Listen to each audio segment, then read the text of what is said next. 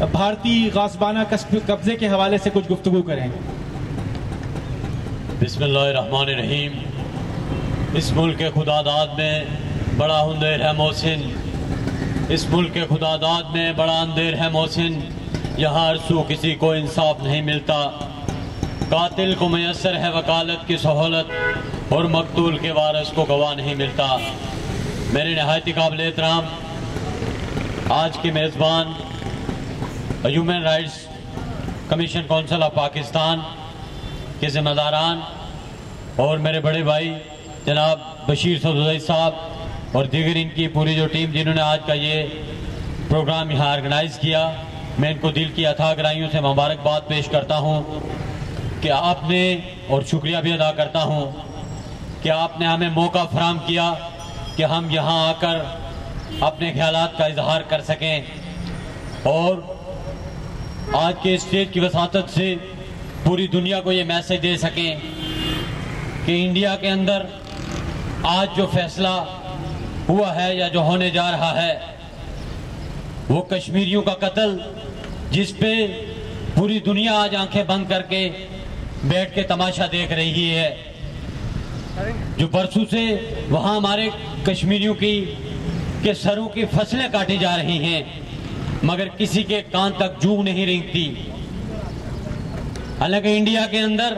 یا کسی دوسرے ملک کے اندر کوئی جانور بھی مر جائے تو ان کے میڈیا چینلز، ان کی تمام ادارے اس کی پبلسٹی میں لگے ہوتے ہیں کہ آج ہمارے ملک میں یہ ہو گیا، لیکن جو یاسین ملک کے ساتھ ہو رہا ہے، جو شبیر شاہ کے ساتھ ہو رہا ہے، وہ کسی آنکھ کو نظر نہیں آتا۔ یہ بڑے افسوس کی بات ہے۔ اور یاسین ملک، شبیر شاہ صاحب یا مقبول احمد بٹ شہید، یہ کوئی نہ وہ ٹیررسٹ تھے نہ یہ ٹیررسٹ تھے، بلکہ یہ فریڈم فائٹر ہیں جو اپنی آزادی کی جنگ لڑ رہے ہیں، اور ان کی آزادی کی جنگ کو روکنے کے لیے طرح طرح کے اوچھے ہتھ کنڈے یوز کیے جا رہے ہیں، ان کو دبایا جاتا ہے ہر طرح سے۔ آج ہماری بہنوں کے ساتھ، ہماری باؤں کے ساتھ مقبوضہ کشمیر کے اندر جو عصمت دری ہو رہی ہے اس پہ پورا انٹرنیشنل میڈیا خاموش ہے، انسانی حقوق کی تنظیمیں خاموش ہیں، اور پاکستان جو ہمارا وکیل ہے، ہم پاکستان کو اپنا بڑا بھائی سمجھتے ہیں، اپنا بڑا بھائی کہتے ہیں اور مانتے ہیں، مگر ہمیں بڑے افسوس سے یہ کہنا پڑ رہا ہے کہ آج مسئلہ کشمیر کو جس طرح سے پاکستان کو، میں بھی ایک وکیل ہوں، ایک لاء کا طالب علم ہوں، اور ایک وکیل کو جس طرح سے اپنا کیس پلیڈ کرنا چاہیے وہ نہیں ہو رہا۔ ہم عمران خان کو الزام دیں یا کسی اور کو، حکومت وقت، میرا بھی حکومت وقت کی پارٹی سے تعلق ہے، مگر ہماری پارٹی کو رات دن سے میں دیکھ رہا ہوں کہ یاسین ملک کے ساتھ جو گزشتہ ایک ہفتے سے جو سچویشن وہاں پہ چل رہی ہے، ہمیں معیشت سے ہی فرصت نہیں ملتی کہ ہم یہ بھی ایک بات کر سکیں۔ دوستو، میں آپ کو بتاتا چلوں، میرا تعلق لائن آف کنٹرول کے اس حصے سے ہے، اور میں انڈیا کی ایک چھوٹی سی گن اگر فائر کرتی ہے تو ہمارے بچوں کے کانوں تک سنائی دیتی ہے، وہ ہمارے گھروں کے اندر چڑیا کے بچے کو بھی مار سکتے ہیں۔ لیکن میں یہ آپ کو بتاتا چلوں کہ ایشیا کے امن کا واحد حل کشمیر کی آزادی اور خود مختاری اور کشمیر کے لوگوں کی مسلط کے مطابق کشمیر کا حل ہوگا تو ایشیا میں امن ہوگا۔ اگر کشمیریوں کے ساتھ ظلم و ستم ہوگا تو ایشیا میں کوئی بھی انسان، کوئی بھی بھائی، کوئی بھی بہن امن سے نہیں رہ سکتا۔ یہ الگ بات ہے کہ آج یہ کام مقبوضہ کشمیر میں ہو رہا ہے، لیکن جب وہ کشمیر پہ قبضہ کر کے بیٹھیں گے تو وہ پاکستان کے تمام صوبوں تک ان کی رسائی ہوگی، اور کوئی بھی بندہ امن و سکون سے رہ نہیں سکتا۔ تو میرے آج کے اسٹیج کی وساطت سے ہو کر، human rights commission council of Pakistan کی وساطت سے، کراچی پریس کلب کی وساطت سے پوری دنیا کو یہ میسج دیتا ہوں کہ کشمیری فریڈم فائٹر ہیں، وہ اپنی آزادی کی تحریک چلا رہے ہیں، ان کی اس آزادی کی تحریک کو دبانے کے لیے اس قسم کے اوچھے ہتھ کنڈے استعمال کیے جاتے ہیں۔ آج بھی ہوش کے ناخن لیں، ذمہ داری کا ثبوت دیں تاکہ یہ مسئلہ حل ہو سکے اور کشمیریوں کو آزادی مل سکے۔ اور کشمیر کے لیڈران کے ساتھ، آپ کے سامنے سعید علی گیلانی کے ساتھ جو ہوا، ان کی لاش بھی ان کے ورثاء کے حوالے نہیں کی گئی، مگر اس کے بعد بھی پوری دنیا میں کوئی واضح میسج نہیں آیا۔ آج یاسین ملک کے ساتھ یہ ہو رہا ہے، مگر میں بتاتا چلوں کہ آپ کتنے یاسین ملک مارو گے. آپ نے مقبول بٹ شہید کو تہاڑ جیل میں پھانسی دی تھی تو آپ نے کہا تھا ہم نے کشمیر کی آزادی کی تحریک کو آج دفنا دیا. 11 فروری 1984 سے لے کر آج تک آپ دیکھ لیں کشمیری آج اسی جذبے کے ساتھ قربانی دے رہے ہیں. کشمیریوں کی آزادی کی تحریک اس سے کئی گنا آگے جا چکی ہے. کئی یاسین ملک ہر گھر سے پیدا ہوں گے, آپ ان کو دبا نہیں سکتے. کشمیر کے لوگوں کی مرضی کے مطابق آزادی دی جائے اور یاسین ملک اور ان کے دوستوں کے ساتھ جو سلوک ہو رہا ہے اس مسئلے کو ترجیحی بنیادوں پہ حل کیا جائے. معیشت کو چھوڑ کر پاکستان کے جتنے چھوٹے موٹے انٹرنل معاملات ہیں ان کو بالائے طاق رکھتے ہوئے یہ جو برننگ ایشو ہے اس ایشو پہ نوٹس لینا چاہیے. آل پارٹیز کانفرنس ہونی چاہیے, تمام کشمیریوں کو ایک ٹیبل پہ بیٹھنا چاہیے اور اس مسئلے کو ترجیحی بنیادوں پہ حل. اور اس میں ہم جس طرح سے اگر میں بتاؤں تو جب سے ہم پیدا ہوئے ہیں, ہم سب پیدا ہوئے ہوں گے اوبیسلی, تب سے ہی کشمیر کا مسئلہ چل رہا ہے. اس سے کئی سال پہلے سے چل رہا ہے اور دیکھتے آئے ہیں اور ہمیں ڈھیٹ بنایا جا رہا ہے کہ ہم اس ظلم کو ایکسیپٹ کر لیں اور مان لیں کہ جی جناب یہ ظلم ہوگا اور آگے بھی چلے گا. اور ان کے باپ دادا نے اس چیز کو برداشت کیا, ان کی اولادیں برداشت کریں گی اور پھر ان کی اولادیں بھی برداشت کریں گی, جو کہ ایسا ہم ہونے نہیں دیں گے. ایک حد ہوتی ہے, ایک صبر کا بھی ایک ہوتا ہے کہ بھائی یہ لمٹ ہے, اس لمیٹیشن سے اب یہ بہت زیادہ کراس کرتا جا رہا ہے اور بہت بڑھتا جا رہا ہے. اور میرا یہ خیال ہے کہ اس میں ہم سب کو آگے آنا چاہیے اور بولنا چاہیے. آج ہم کھڑے ہوئے ہیں یہاں پہ یاسین ملک صاحب کو جو گرفتار کیا گیا ہے اور جو وہاں پہ جس حق کے لیے اس نے بات کی اس کو روکا جا رہا ہے. اسی طرح سے اس کے جتنے بھی ساتھی ہیں ان کو گرفتار کیا گیا, ٹارچر سیل کے اندر آئے دن ان کو ڈالا جاتا ہے, ظلم کیا جاتا ہے. بات کروں گی اگر ایز اے لیڈی تو ایک ماں سوشل میڈیا سے کاٹا گیا اس کشمیر کو تاکہ اس کا ظلم جو ہے وہ دنیا کے سامنے نہ آئے. اور باقی جو کنٹری کے اندر جس طرح میرے بھائیوں نے کہا کہ اگر ایک جانور کے ساتھ بھی کچھ ہوتا ہے اور کوئی آگے بڑھتا ہے اور اس کو بچاتا ہے تو پوری دنیا کے اخبارات میں دھوم مچ جاتی ہے, جناب فلاں جگہ پہ فائر ہوا, آگ لگی اور یہ دیکھیں جانور کو محفوظ کر دیا گیا. اب اس طرح سے ان کو اگر سوشل میڈیا سے کاٹا گیا اس کا ریزن بھی یہ ہے کہ اگر دکھا دیا گیا کہ ایک ماں کی پلی پلائی اولاد, ایک ماں نے اس کو پیدا کیا, پالا پوسا, اپنے ہاتھ سے کھلایا, روز اس کے کپڑے دھوئے اور اس طرح سے اپنے سامنے مرتا ہوا اس ماں نے دیکھا اس بچے کو اور اس کی لاش پہ بیٹھ کر کہتی ہے کہ اگر 6 بھی ہو تو قربان کرنے کو تیار ہوں, اور دنیا خاموش ہے اس انسان پہ, اس ماں پہ. تو میں کہتی ہوں بہت افسوس کا مقام ہے. ہم اپنی ذات پہ رکھ کر نہیں سوچ رہے, ہم اس کو اپنا دکھ سمجھ کر نہیں دیکھ رہے. یہ ان کے ساتھ ہو رہا ہے, آنے والے وقت میں ہم سب کے ساتھ ہوگا. اگر ہم خاموش ہو گئے پوری دنیا ہمارا تماشا دیکھے گی, وہ بھی خاموش رہے گی. سب کو آگے بڑھنا چاہیے, اس ظلم کے خلاف بولنا چاہیے. وہاں کی بچی کی جو ہے عزت بہت زیادہ قیمتی ہے. اس ایک بچی کی عزت کی حفاظت کے لیے کئی نوجوان اپنی جانوں کی بازی لگا دیتے ہیں, اپنا سر کٹوا دیتے ہیں. بہت قیمتی ہے اس کی عزت, بہت قیمتی ہے ان کی جانیں ہم سب کی نظروں میں. اگر وہ کھڑے ہو گئے اور بول لیا اور سوشل میڈیا پہ دکھا لیا تو مجھے پتا ہے پورا مغرب بھی کھڑا ہو جائے گا, کیونکہ انسانیت تو ہر کسی میں ہے, چاہے وہ مغرب میں ہے, مشرق میں ہے یا جہاں بھی ہے, سب کھڑے ہو جائیں گے. لہٰذا ہمیں چاہیے کہ اس کی پرزور مذمت کریں اور سب آگے بڑھے, چاہے وہ عورت ہے, مرد ہے, بچہ ہے. کشمیر ہمارا ہے اور میں نعرہ لگاؤں گی کشمیر بنے گا, کشمیر بنے گا, کشمیر بنے گا, پاکستان, پاک فوج. اور جمشید حسین کے اس کام کو میں بہت سراہوں گی, بہت سالوں سے میرے بھائی بھاگ دوڑ کر رہے ہیں. ہم نہیں مانتے, ہم نہیں مانتے, ہم نہیں مانتے, ہاتھ اٹھا کر ہم نہیں مانتے. یاسین ملک کو, یاسین ملک کو, یاسین ملک کو, یاسین ملک کو, حریت لیڈرز کو, حریت لیڈرز کو. میں گزارش کروں گا سپریم کورٹ بار کے کرنے والا, بغاوت کرنے والا پیدا ہوا. دنیا میں جہاں بھی کہیں ظلم ہوا اس ظلم کے خلاف آواز اٹھانے والے پیدا ہوئے. اور اس شہر کراچی میں جس پریس کلب میں آج کھڑے ہیں, انگریز کے زمانے میں خالق دینہ حال میں مولانا شوکت علی اور مولانا محمد علی جوہر پہ مقدمہ چلا تھا. وہ کہہ رہے تھے انگریزوں کو کہ کوئٹ انڈیا, ہندوستان چھوڑ دو. تو ویسا ہی مقدمہ آج دہلی کی عدالت میں چل رہا ہے, جس کا مدعی بھی جج خود ہے, درخواست دہندہ بھی خود ہے,